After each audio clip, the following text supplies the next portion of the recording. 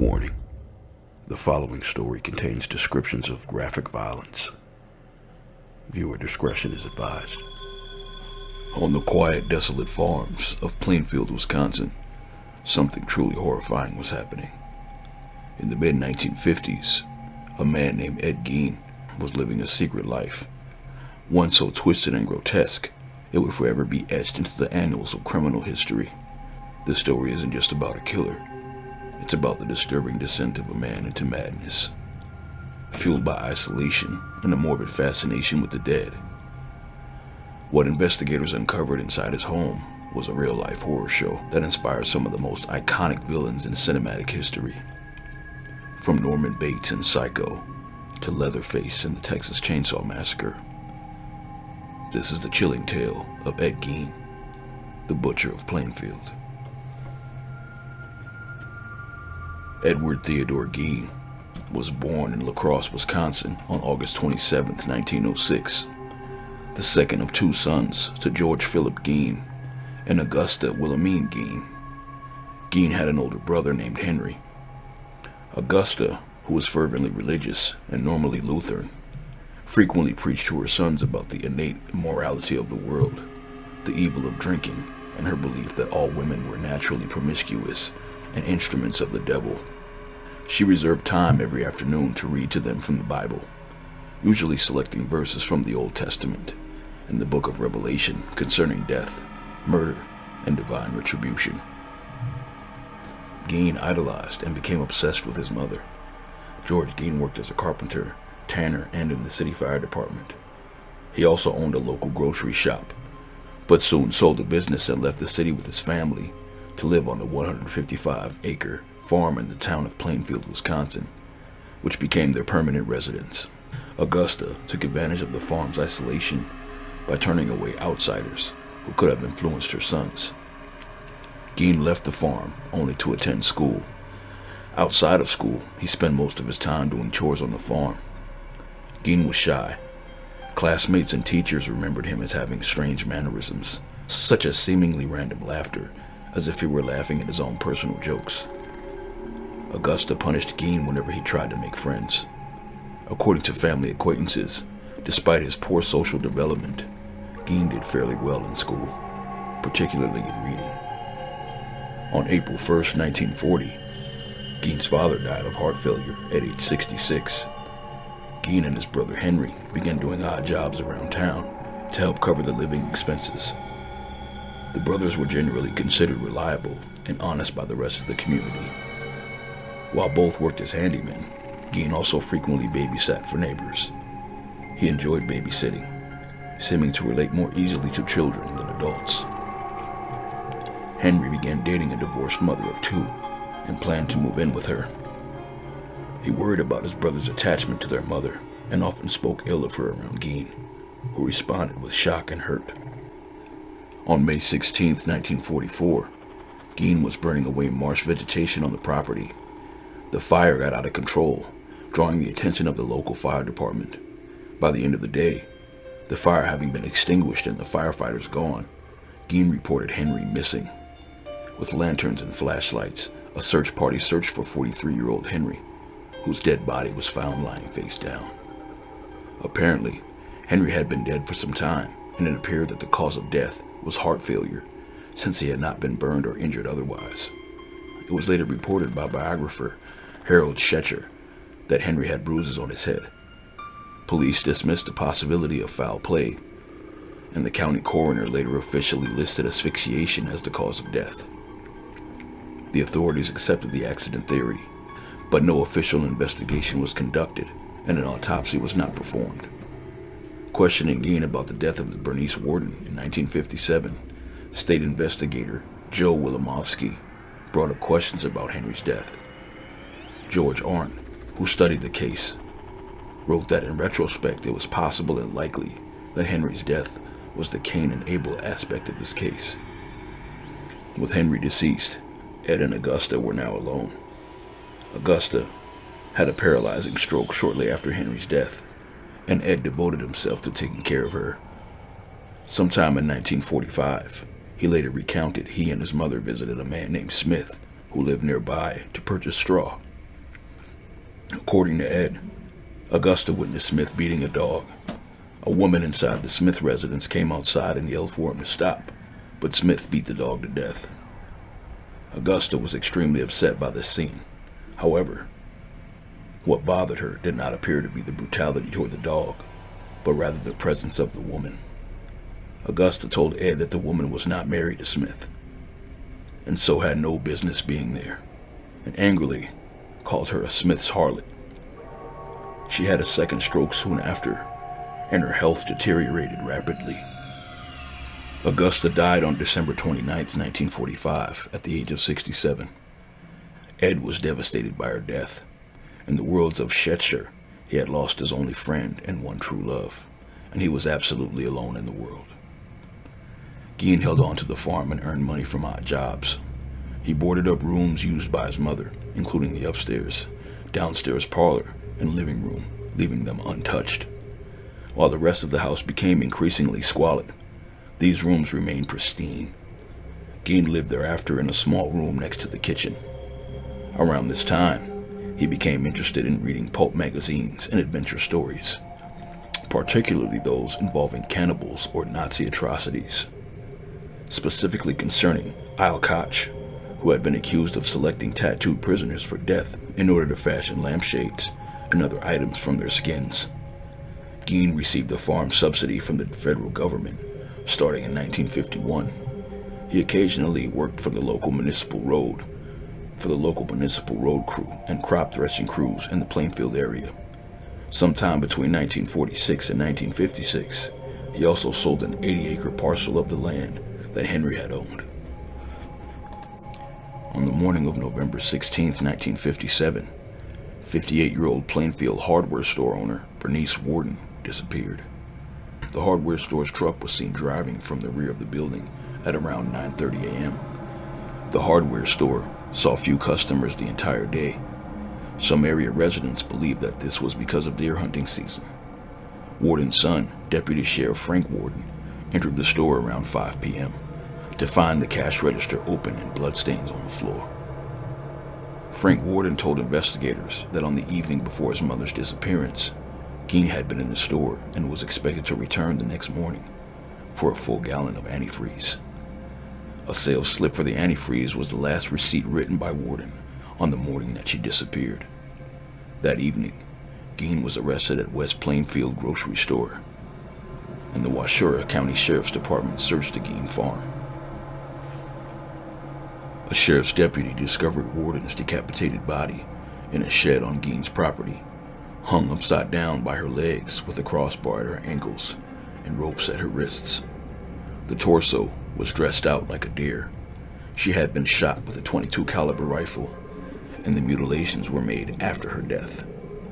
Searching the house, authorities found whole human bones and fragments, a wastebasket made of human skin covering several chairs, skulls on his bedposts, female skulls, some with tops sawn off, bowls made from human skulls, a corset made from a female torso, skinned from shoulders to waist, leggings made from human leg skin, masks made from the skin of female heads, Mary Hogan's face mask in a paper bag, Mary Hogan's skull in a box, Bernice Warden's entire head in a burlap sack, Bernice Warden's heart in a plastic bag in front of Gein's potbelly stove, 9 vulvas in a shoebox, a young girl's dress, and the vulvas of 2 females judged to have been about 15 years old, a belt made from female human nipples, 4 noses,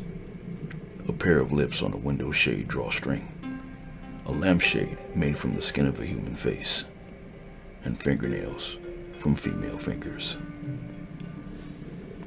These artifacts were photographed at the State Crime Laboratory and then decently disposed of. When questioned, Gein told investigators that between 1947 and 1952, he had made as many as 40 nocturnal visits to 3 local graveyards to exhume recently buried bodies while he was in a daze-like state.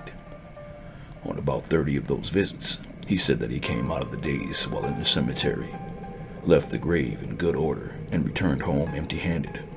On the other occasions, he dug up the graves of recently buried middle-aged women he thought resembled his mother, and took the bodies home, where he tanned their skins to make his paraphernalia.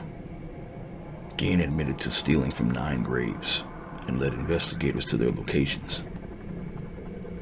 Alan Wilimowski of the State Crime Laboratory participated in opening 3 test graves identified by Gein. The caskets were inside wooden boxes. The top boards ran crossways, not lengthways. The tops of the boxes were about 2 feet below the surface in sandy oil. Gein had robbed the graves soon after the funerals, while the graves were not completed. The test graves were exhumed because authorities were uncertain as to whether the slight Gein was capable of single-handedly digging up a grave during a single evening. They were found as Gein described. One casket was empty. Another casket was empty, but contained a few bones and Gein's crowbar. The final casket saw most of the body missing, yet Gein had returned rings and some body parts. Thus, Gein's confession was largely corroborated. Soon after his mother's death, Gein began to create a woman suit so that he could become his mother, to literally crawl into her skin, unquote. He denied having sex with the bodies he exhumed, explaining they smelled too bad, unquote. During the State Crime Laboratory interrogation, Gein also admitted to shooting 51-year-old Mary Hogan, a tavern owner missing since December 8, 1954, whose head was found in his house, but he later denied memory of details of her death. A 16-year-old youth whose parents were friends of Gein, who attended baseball games and movies with him, reported that Gein kept shrunken heads in his house, which he had described as relics sent by a cousin who had served in the Philippines during World War II. Upon investigation by the police, these were determined to be human facial skins, carefully peeled from the corpses and used by Gein as masks. During questioning, Sheriff Alan Schley reportedly assaulted Gein by banging his head and face into a brick wall. As a result, Gein's initial confession was ruled inadmissible. Schley died of heart failure in 1968 at age 43, before Gein's trial. Many who knew Schley said he was traumatized by the horror of Gein's crimes, and this, along with the fear of having to testify, especially about assaulting Gein, caused his death. Gein was also considered regarding several other unsolved cases in Wisconsin. Georgia Jean Weckler, age 8, disappeared near her farm home on Fort Atkinson at approximately 3:30 p.m. on May 1st, 1947. She was given a lift home from grade school in Jefferson by a neighbor who dropped Weckler off at the lane that led from U.S. Highway 12 to the Weckler farm. Weckler was last seen pausing to open the family mailbox and removing a stack of mail. Witnesses reported seeing a dark-colored, possibly black, 1936 Ford sedan with a gray plastic spotlight in the vicinity that afternoon. Gein owned a black 1937 Ford. Evelyn Grace Hartley, age 14, went missing while babysitting a 20-month-old girl at the home of a La Crosse State College professor, Viggo Rasmussen, on the evening of October 24th, 1953, in La Crosse. That evening, her father Richard called the Rasmussen house several times after she failed to check in as planned at 8:30 p.m. He received no answer. Concerned, he drove to the Rasmussen house to find the doors were locked, the lights and radio on, and items scattered all over the house. The living room furniture had been moved around to different places, as were Evelyn's school books. Richard found her shoes in different rooms, one shoe upstairs and one downstairs. He also found his daughter's broken glasses upstairs. Richard did not find Evelyn in the house. After his arrest, Gein was questioned regarding Evelyn's disappearance. However, he denied involvement in the disappearance and passed 2 lie detector tests. Police found no trace of Evelyn's remains during a search on Gein's property.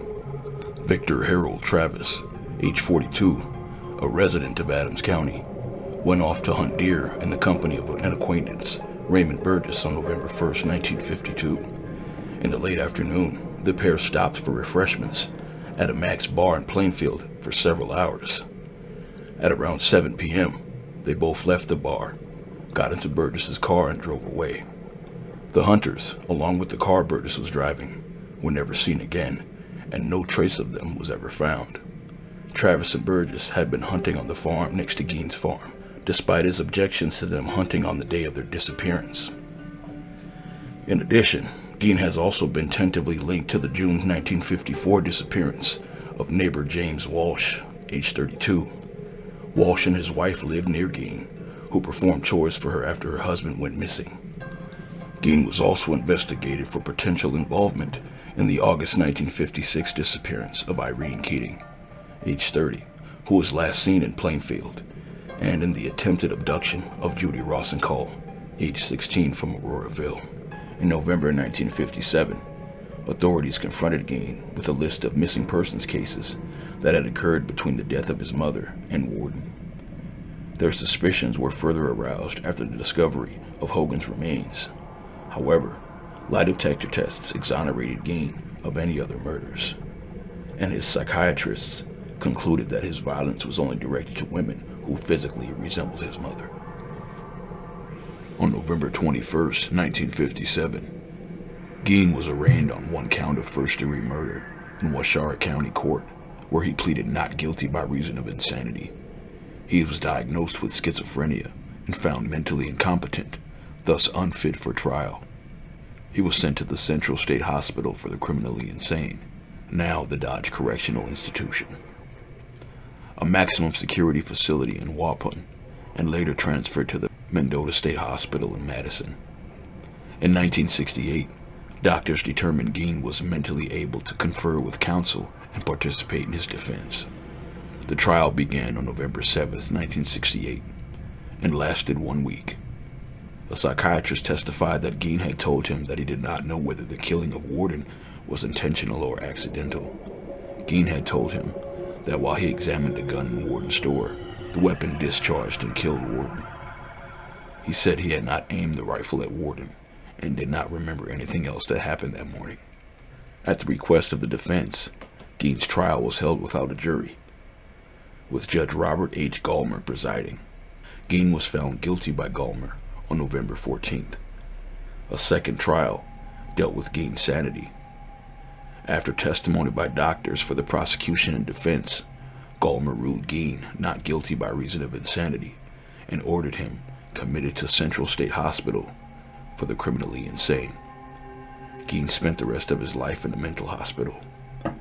Judge Gallmer wrote, due to prohibitive costs, Gein was tried for only one murder, that of Mrs. Warden. He also admitted to killing Mary Hogan. Gein's house, the outbuildings, and his 195-acre property were appraised at $4,700, equivalent to $51,000 in 2025. His possessions were scheduled to be auctioned on March 30th, 1958, amidst rumors that the house and the land it stood on might become a tourist attraction.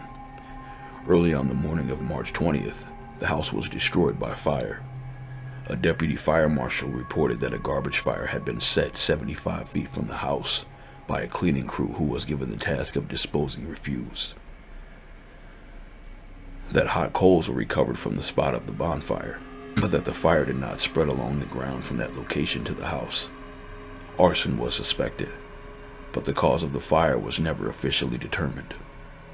It is possible that the fire was not considered a matter of urgency to the fire chief Frank Warden, son of Gein's victim, Bernice Warden.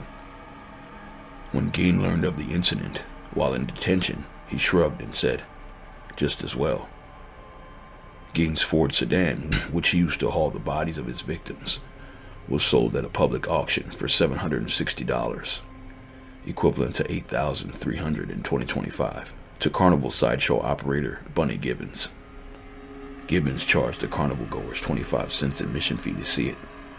Gein died at the Mendota Mental Health Institute due to respiratory failure, secondary to lung cancer, on July 26, 1984, at the age of 77. Over the years, souvenir seekers chipped away at pieces of his gravestone, until the stone itself was stolen in the year 2000.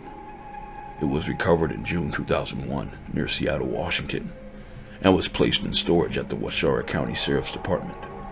Gein is interred between his parents and brother in Plainfield Cemetery. His gravesite, now unmarked, but not unknown.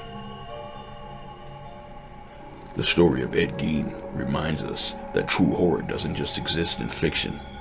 Sometimes it's living right next door. His case forced us to confront the darkest aspects of the human psyche and the terrifying things that can happen behind closed doors in seemingly normal communities. Gein's legacy is a disturbing one, but it also serves as a crucial case study in criminal psychology and the origins of some of the most enduring figures in the horror genre. The unsettling mystery of Ed Gein's mind continues to haunt us.